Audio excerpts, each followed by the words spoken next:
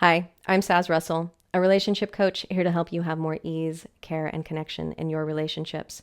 As part of my series on managing anxiety, I'd like to talk about our survival responses to danger and how we can respond versus react once our safety reflex is activated. Our instinctual survival responses happen 500 times faster than our conscious thought process. If we fall, we automatically put our hands out to catch ourselves without thinking about it. So something happens, we respond instinctively, and then we begin a mental process around how we feel and the stories we're telling about what happened. And this thinking process we go through can heavily revolve around trying to avoid our feelings of powerlessness. So we start trying to figure out, what did I do wrong and how can I fix this? Because if we make what happens our fault, we believe we can fix it by fixing ourselves. That means we end up embodying a tremendous amount of shame in response to our feelings of powerlessness, trying to make ourselves and what's wrong with us responsible for the bad things that are happening to us to give us some illusion of control. But this is an ill-placed and desperate attempt to try to have power over our powerlessness because we don't want to experience harm. We want to be able to keep ourselves safe. And all of this starts at a very early age. We develop our survival strategies pre-verbally, and our safety strategies get expressed across a wide spectrum of observable behaviors. Think about your activated safety response.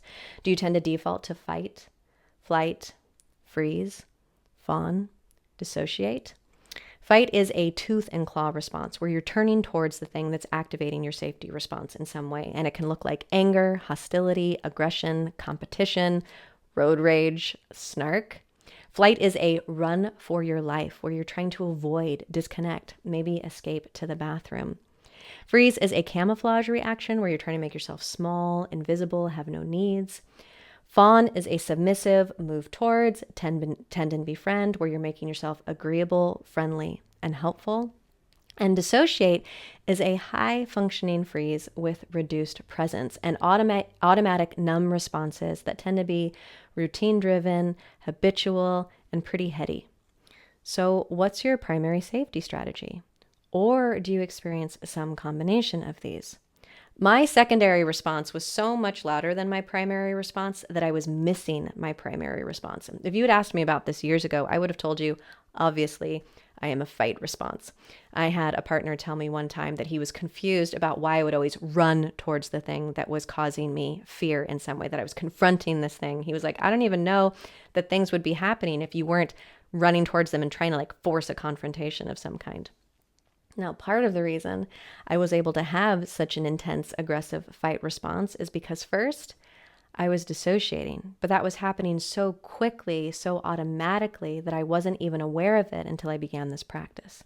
So first I had to become aware of how I knew I was dissociating. And for me, that meant vision and hearing would change. What I was focusing on, how I was focusing on it would be different both visually and auditorily when I was going into a dissociation response. And if I was dissociating, I also knew that fight was likely going to be right behind it. And this made arguments with the people that I cared about pretty nasty for everybody involved, including me, because I would have to contend with the guilt and shame I felt afterwards. I would have to clean up the mess that I had made from having such an intense safety response. I was really over-intellectualizing, going highly verbal, trying to win the argument in order to get my needs met in some way. If I could just convince the other person that they were wrong and I was right, I would be safe. Now, when I started to build awareness around all of this, I overcompensated and I actually started exhibiting more of a fawn response, which was interesting because I started quelling the responses that I was having to try to make myself more agreeable to other people. And I started experiencing this sensation of waffling, which I had never experienced before. I'm used to really knowing what I want and really directly going for it. And so all of this to say, first, we need to be aware of the fact that we're even having a response.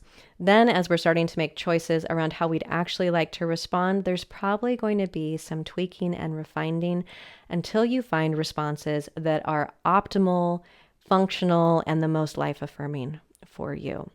Now, I'm not suggesting that we can change our default survival response, but rather that we can change how we respond once we realize we've been activated in some way.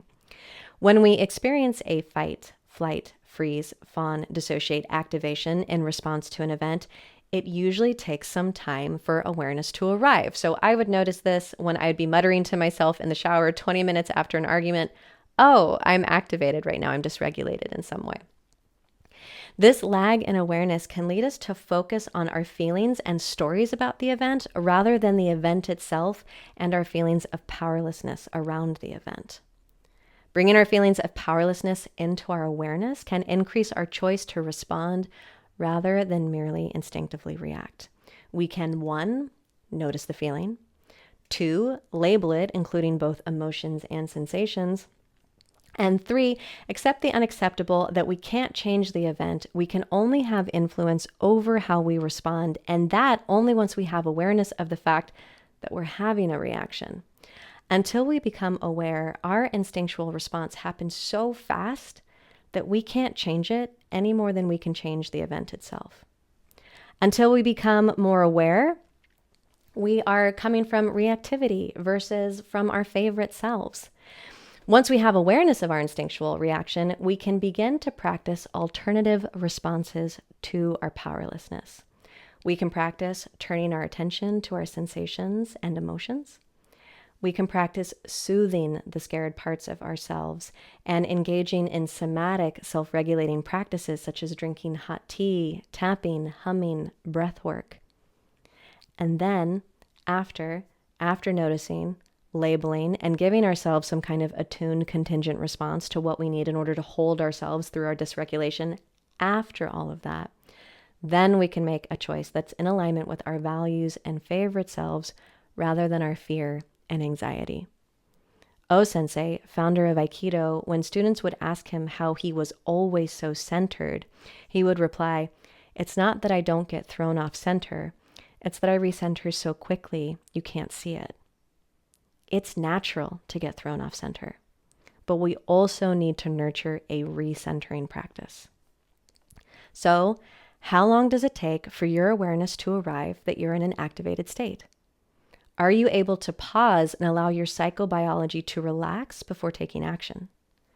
Or does your safety strategy keep kicking off as you tell yourself stories about yourself and the event, continuing to trigger your feelings of powerlessness and reactivating your survival response? And what helps you relax? If you would like help managing your anxiety or learning how to work with rather than against your safety reflex, book a one-to-one with me using the link in my bio. May you find ease even in the face of hardship. So be it. See to it.